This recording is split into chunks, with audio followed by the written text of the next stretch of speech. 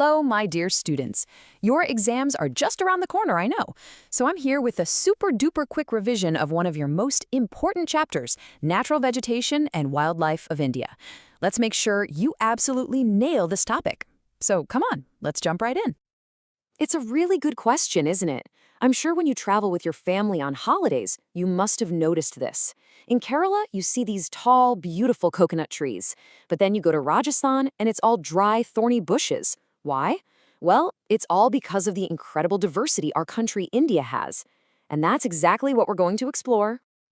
Now get ready for a big wow moment. Can you even believe it? Our country, our India, is home to about 47,000. Yes, 47,000 different kinds of plants.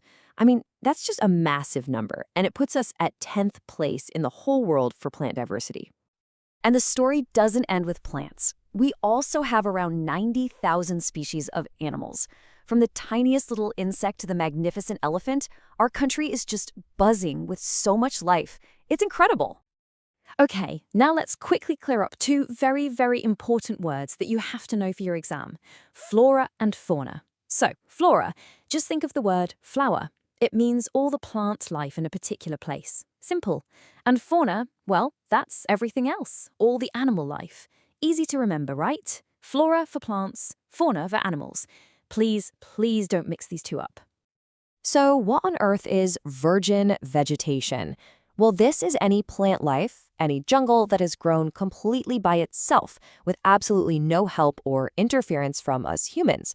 So the mango farm in your village or the wheat fields, yes, that's vegetation, but it's not virgin vegetation. Why? Because we humans planted it and took care of it. See the difference? Are you ready for a little adventure? Here's our game plan. We're going to take a quick virtual tour, starting with India's green treasures. Then we'll visit some forests, meet some amazing animals, and finally, we'll understand why it's so important to protect all of them. Let's go. First up, let's explore India's green treasure. We're going to see just how special and rich our country's natural wealth really is. Now this slide here, this tells you the big picture. India is one of only 12 mega biodiversity countries in the entire world. It's a fancy term, I know, but all it means is that we have a massive, massive variety of plants and animals. We are super rich in that way. So let's use this map as our guide, shall we? All right, team. Our forest tour begins now. And first, we're heading to the wet and seasonal forests, so you might want to grab your imaginary raincoats. Our first stop is the tropical evergreen forest. Just look at this beautiful picture. I'm sure it's in your textbook. It shows how these forests have so many layers, just like a building with many floors, going all the way up to 60 meters high. And the name gives you a big hint: evergreen. They stay green all year round. You know why? Because the trees don't all shed their leaves at the same time. And here is your perfect exam-ready summary. Remember this: these forests need a lot of rain, more than 200 centimeters. And because different trees shed their leaves at different times, the forest never looks empty or bare. You'll find these lush forests in places like the Western Ghats and Assam. Some important trees to remember are mahogany and rosewood, and they are home to amazing animals like the one-horned rhino. Okay, moving on to the next one, and these are the most common forests in India, the tropical deciduous forests. People also call them monsoon forests because their whole life cycle really depends on the monsoon rains. And here's the big difference. Unlike the evergreen ones, these trees shed all their leaves during the dry summer, just to save water. So, here are the key points you need to note down for your exam. These forests grow in areas where the rainfall is between 70 and 200 centimeters. They shed all their leaves for about 6 to 8 weeks in summer. The most important tree here, which is used for furniture, is teak. You'll also find trees you see all around you, like peepal and neem. And guess what? This is the home of our big cats, the lion and the tiger. And now, it's time for a quick exam tip. This is a very, very common question, so listen carefully. Which type of forest covers the largest area in our country? The answer is, yes, you got it, the tropical deciduous forests. Please don't forget this. It's a very important point. All right, our journey must continue. Now we're heading to places where life is a little bit tougher, where it's either very, very dry or very, very high up in the mountains. Let's see what we find there. Welcome to the Thorn Forests. As you can see from the picture, these plants are true survivors, aren't they? They grow in places with very little rainfall, like Rajasthan and Gujarat. Let's find out how they've adapted to live in the hot desert. So here's how they do it. First, they get less than 70 centimeters of rain. To find water, their roots have to grow very, very deep into the soil. And their leaves? They're small and thick. Sometimes they're even like sharp thorns. This is to reduce water loss. And of course, this is the home of the ship of the desert, our friend, the camel. And now let's climb a mountain. In montane forests, the kind of trees you see actually changes as you go higher and higher, mostly because it gets colder. This slide shows it so well. See, lower down you have broadleaf trees like oaks.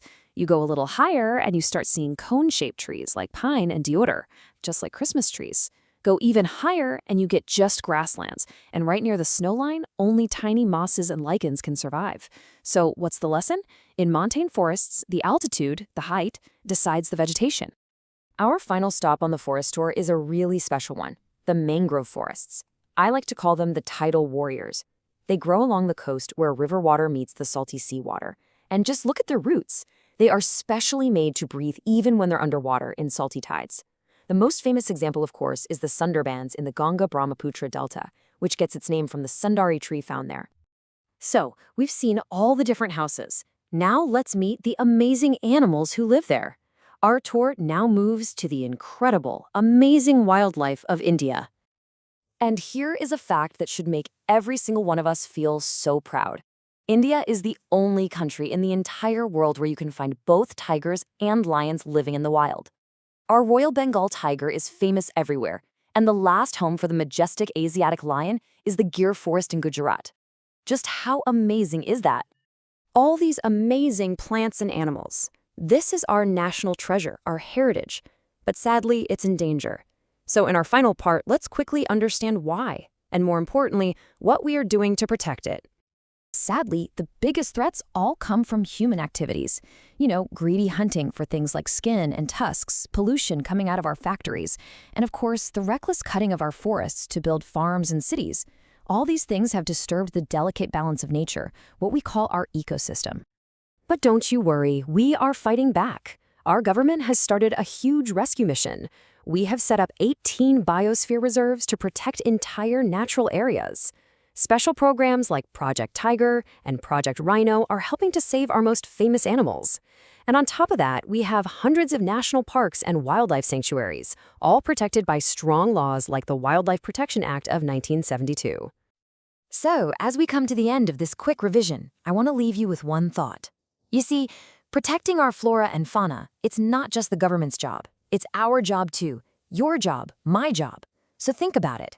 How can you, in your own small way, be a superhero for our beautiful plants and animals? I know you all can do it. All the very, very best for your exams, my dear students. Study well and make us all very proud.